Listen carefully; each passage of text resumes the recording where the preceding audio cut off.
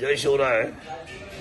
2025चा डिसेंबर महिना आता अखेरच्या टप्प्यामध्ये आहे आणि आपल्या सर्वांना कल्पना आहे की 31 डिसेंबर ही फार महत्वाची तारीख आहे. कारण 31 डिसेंबरला वर्षाचा शेवट होत असतो आणि 1 जानेवारीला नवीन वर्षाची सुरुवात होत असते.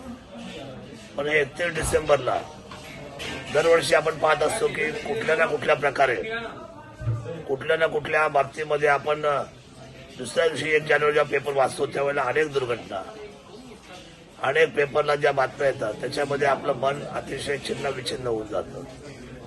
त्यामुळे आता 31 डिसेंबरची सुरुवात व्हायच्या आधी मी विनंती करतो तमाम असलेल्या माझ्या मायबाप जनतेला की आपण 31 तारखेची संध्याकाळी आपण अतिशय संयमाने आणि शक्यतो घराच्या बाहेर न पडता जर घरामध्ये जर आपण 31ला जर थांबलं आपल्या कुटुंबामध्ये तर मला असं वाटतं की रस्त्यावरचे जे आता आपण अनेक अपघात पाहतो 31ला, कारण मोठ्या प्रमाणामध्ये मद्यपान होतं.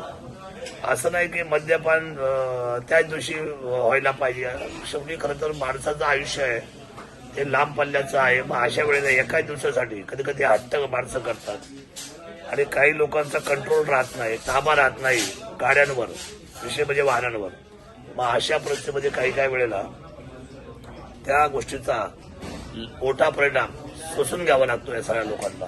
काही निरपराध लोकांना सुद्धा बळी जावं लागतं आणि काही लोक ह्या बाबतीमध्ये कधी कधी गड किल्ले शिवनेरीकडे जायचं सुद्धा पर्यटक म्हणून प्रयत्न करतात. माझी हात जोडून विनंती आपल्या सर्वांना, छत्रपती शिवरायांच्या भूमीकडे कोणी मद्यपान 31च्या निमित्ताने एकांत भेटेल किंवा आपण किल्ल्यावर जाऊ आणि मद्यपानाला बसू, मागच्या वेळा असे काही प्रकार घडले होते. मी विनंती केली होती सर्वांना आणि आता यावेळेस सुद्धा सर्वांना विनंती करतो, पोलीस प्रशासन असेल, फॉरेस्ट खातं असेल, आपण सर्वांनी जबाबदारीने त्या ठिकाणी लक्ष ठेवून आलेल्या पर्यटकांना एक शिस्तीचा त्या ठिकाणी निर्णय आणि शिस्तीची भूमिका पार पडण्यास सांगावी अशी माझी प्रामाणिकपणे तालुक्याचा आमदार म्हणून इच्छा आहे.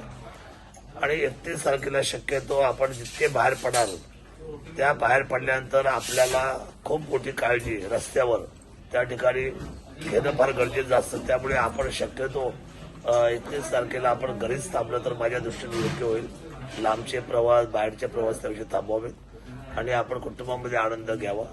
नवीन वर्षामध्ये आपल्याला बाहेर पडायला संधी असते, पण ती रात्र किंवा तो दिवस अतिशय त्यावेळेला 31ला वर्दळ घाईमध्ये कोणतीही अडचण आपली होऊ शकते.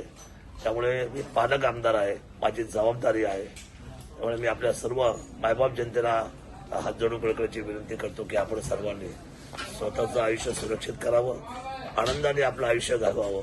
आपल्या सर्वांना नवीन वर्षाच्या, येणाऱ्या नूतन वर्षाच्या 2026च्या मनापासून आनंदाची भरभराटी असलेले संपूर्ण वर्ष जावं आणि उत्तम आयु आरोग्य आपल्या सर्वांना मिळावं एवढी भावना व्यक्त करतो.